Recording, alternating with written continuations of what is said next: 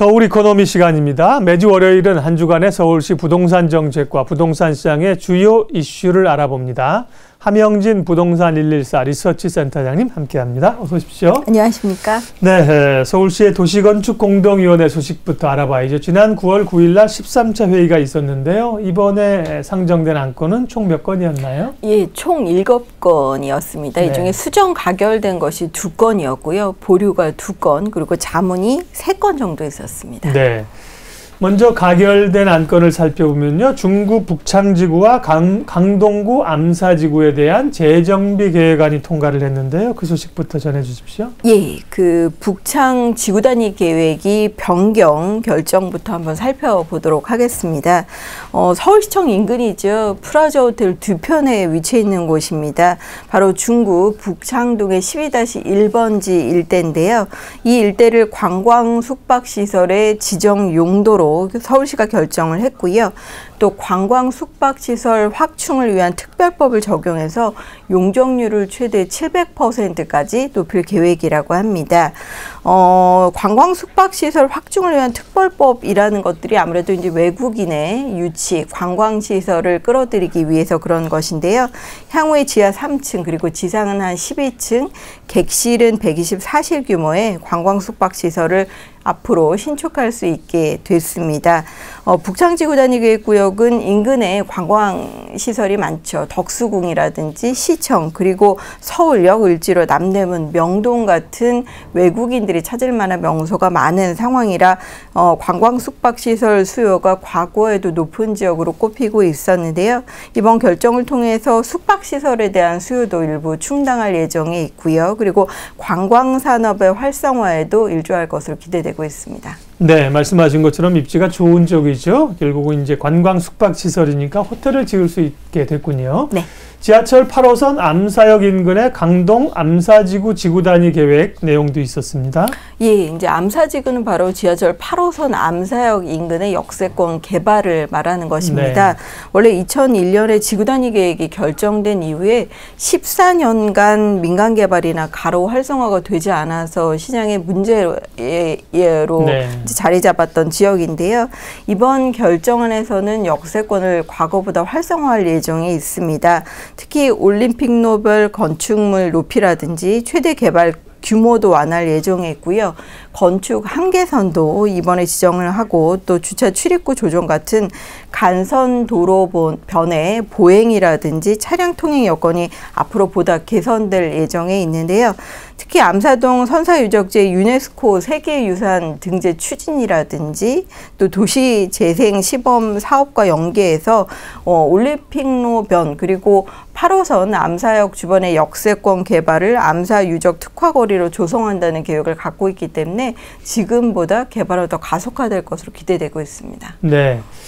암사 선사 유적지가 있고요. 또 이제 백제문화권 뭐 이런 것 때문에 개발이 조금 속도를 못 내고 있는 지역인데 그렇습니다. 이번에 지구 단위 계획이 허용이 됐네요. 예, 서울시 부동산 정책에 이어서 부동산 시장 전반적인 움직임도 얘기하겠습니다.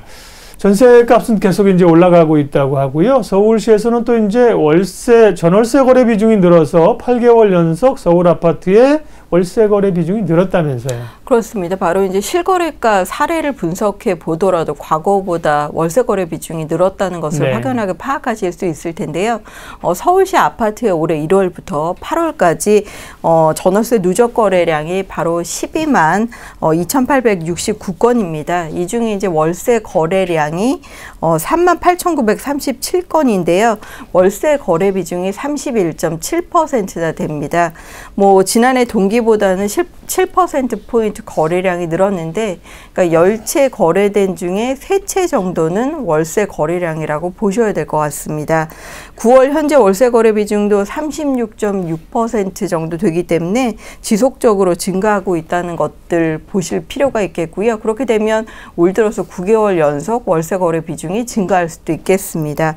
지금 현재 서울 아파트의 4.3제곱미터당 전세 가격이 1,100만 원을 넘 넘어선 상황이죠. 뭐 2년 전에 비해서는 뭐 재계약 금액이 아파트를 기준으로 8천만 원을 넘어서고 있다 보니 집주인의 보증금 증액 요구를 월세로 때우는 경우도 늘고 있고요.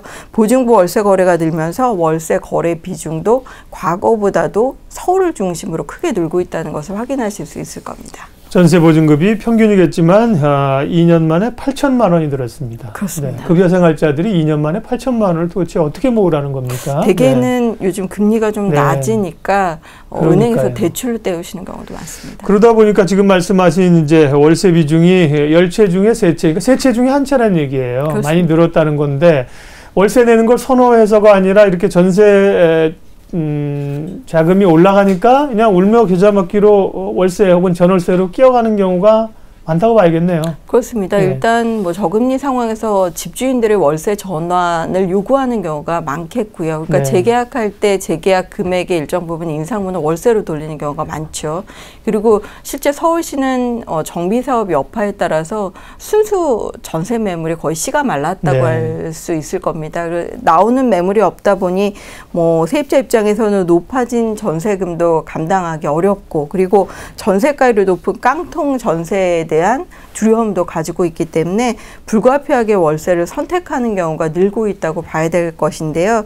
특히 아파트 입주가 좀 여유가 생기는 경우가 2017년부터입니다. 그렇다면 내년까지는 지금보다 월세 거래 비중 확대가 조금 더 이어질 수밖에 없다고 보여지는데요. 뭐 기준금리 인상이 가파르진 않는다면 임대인의 월세 선호 현상이 조금 더 이어질 것으로 보여지고요.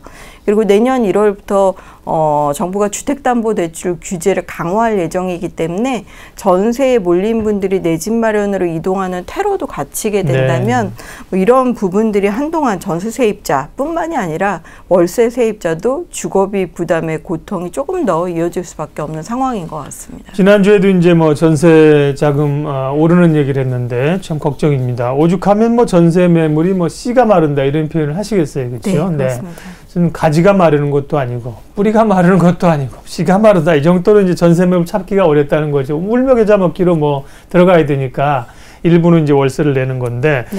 월세도 문제죠. 월세를 내더라도 이제 월세 이율이 어느 정도 뭐 규정이 돼 있다는 건데 임대차 보호법에도 그렇고 그런 그 월세 이율 규제가 실제로 잘 안 지켜지고 있고 그런 규제가 있는지 잘 모르시는 분도 있었어요. 그렇습니다. 실효성 문제가 제기됩니까? 뭐 주택임대차 보호법이 사실 우리나라는 이제 민법을 우선해서 적용되고 있긴 합니다. 뭐 2년의 임대차 기간을 세입자에게 보호를 해줘야 된다든지 아니면 확정일자를 받거나 주소 이전을 하게 되면 대항력을 갖춰서 만약 주택이 경공매에 넘어가더라도 후순위 권리자 기타 채권자보다 우선해서 보증금을 변제받을 수 있는 뭐 여러 가지 장치들도 마련되어 있기도 하고요. 그리고 말씀하신 전세에서 월세 전환할 때 적용되는 월세 이율 같은 경우도 우리나라 상한제가 적용되고 있습니다.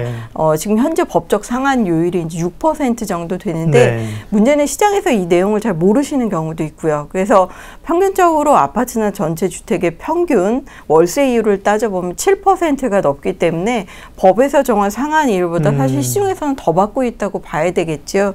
그렇기 때문에 최근에 세입자의 좀 건의 그리고 빠르게 변하고 있는 월세화에 대한 고통을 좀 줄여주고자 국회에서 월세 이율을 한 5%대로 낮추는 것을 얘기하고 있고요.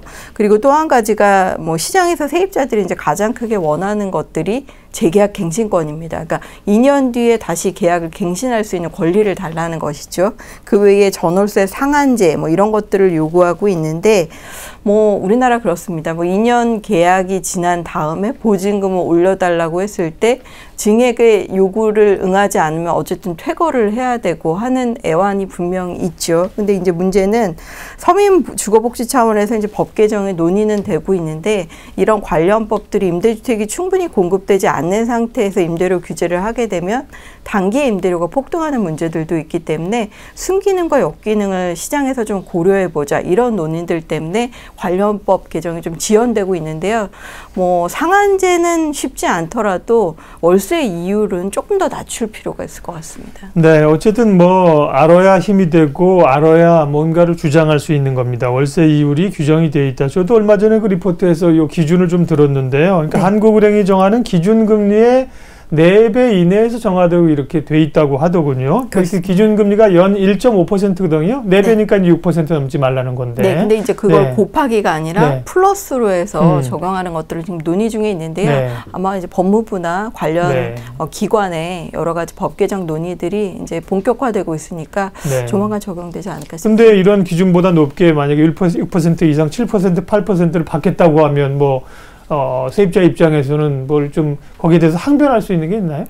사실은 항변을 네. 하셔야 되는데 네. 아시다시피 최근에 우리나라의 월세 같은 경우는 보증금 비율이 낮은 해외 사례 같이 월세 비중이 큰 것이 아니라 대부분 전세 재계약할 때 재계약 인상분을 월세로 돌리기 때문에 보증금이 예. 디파짓 금액이 훨씬 많죠. 그렇기 때문에 또 자칫하면 재계약 안 하겠다. 네. 퇴거해라.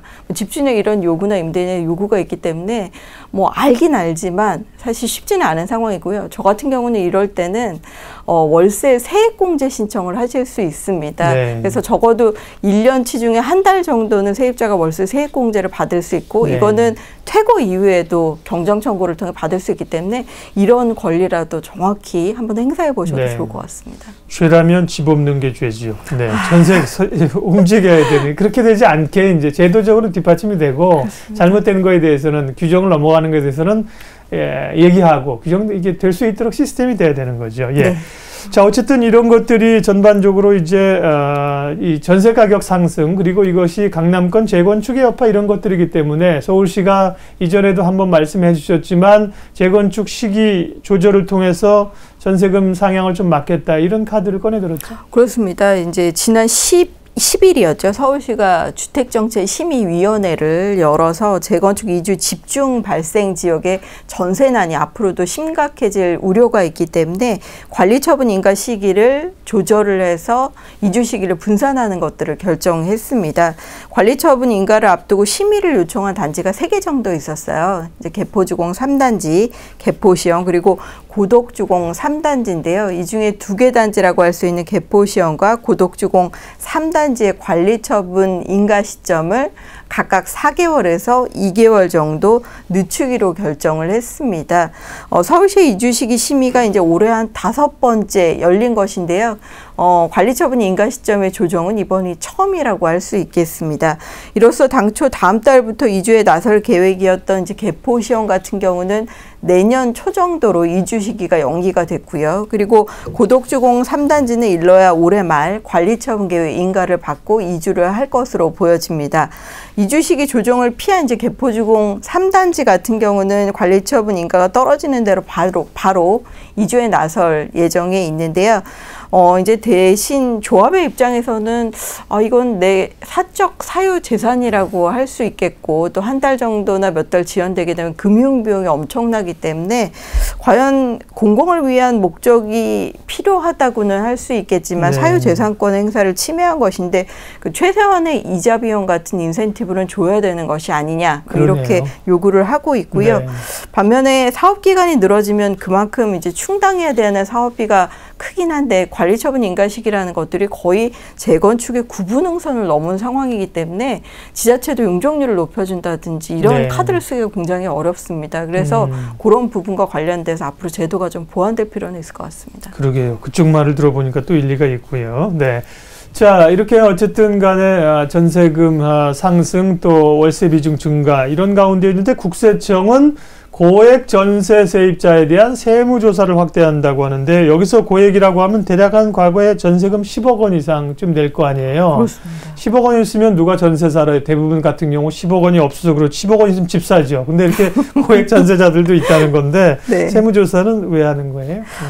아마 이제 그 실제 본인이 소득 수준, 연소득에 넘어서서 부모님에게 이제 증여를 받았다고 추정을 하는 것이라고. 불법 증여 사례가 좀 는다는 거예요. 봐야겠죠. 그래서 국세청이 지난 2013년부터 이미 강남이라든지 용산, 서초, 그리고 분당, 판교 이렇게 수도권을 대상으로 고액 전세에 대한 세무조사를 실시하기는 했었습니다. 근데 이것들을 좀 전국적으로 그리고 금액 단위를 조금 낮춰서 조금 더 촘촘히 들여다보겠다는 것인데요. 대형 아파트와 빌라의 전세금이 10억 원 안팎 그리고 월세를 1,000만 원씩 부담하는 세입자라면 조사 대상에 포함된 것으로 알려졌고요. 본래 전세도 10억 원 이상이었지만 이 기준도 다소 낮춰서 정밀하게 들여다볼 예정에 있습니다. 그러니까 수억 원의 보증금을 낀 이른바 반전세 형태의 고액 월세도 적극적으로 살펴보겠다는 것인데요. 연소득이 1억 원 미만인 사람이 별다른 자금의 증빙 없이 소득 없이 고액 전월세 주택에 거주하는 경우에는 대부분 불법 탈세라든지 또는 부모에게 불법적으로 사전에 증여를 받았다는 증여세를 탈세했다는 증거가 된다는 것입니다. 그래서 되게 요즘에 이제 은행 대출을 받아서 전세금을 냈다가 나중에 부모가 은행 대출을 대신 갚아주는 사례들도 있거든요. 그래서 이런 부분들을 국세청들이 정확히 찾아낸다고 얘기를 하고 있고요. 이미 지난해 같은 경우는 50건의 고액 전세 거주자의 자금 출처를 조사를 해서 145억 원의 세금과 가산세를 부과했다고 하니까 너무 고가의 전세를 사전에 증여세 없이 자녀에게 증여해 주는 것들은 좀 세무조사라든지 이런 가산세를 생각해서 조심하실 필요는 있겠습니다. 네, 재벌 2, 3세들이 아주 깐나라기인데도 뭐 주식이 몇십억씩 되고 이러는 경우를 이제 금수저를 물고 태어났다 이렇게들 표현하는데 이분들은 고액 전세 계약서를 물고 태어난 분들이네요. 예, 참 여러 가지 생각하게 하는 시간이었습니다. 오늘 여기까지만 들어야 될 것 같습니다. 함영진 부동산 114 리서치 센터장님 함께했습니다. 고맙습니다. 고맙습니다.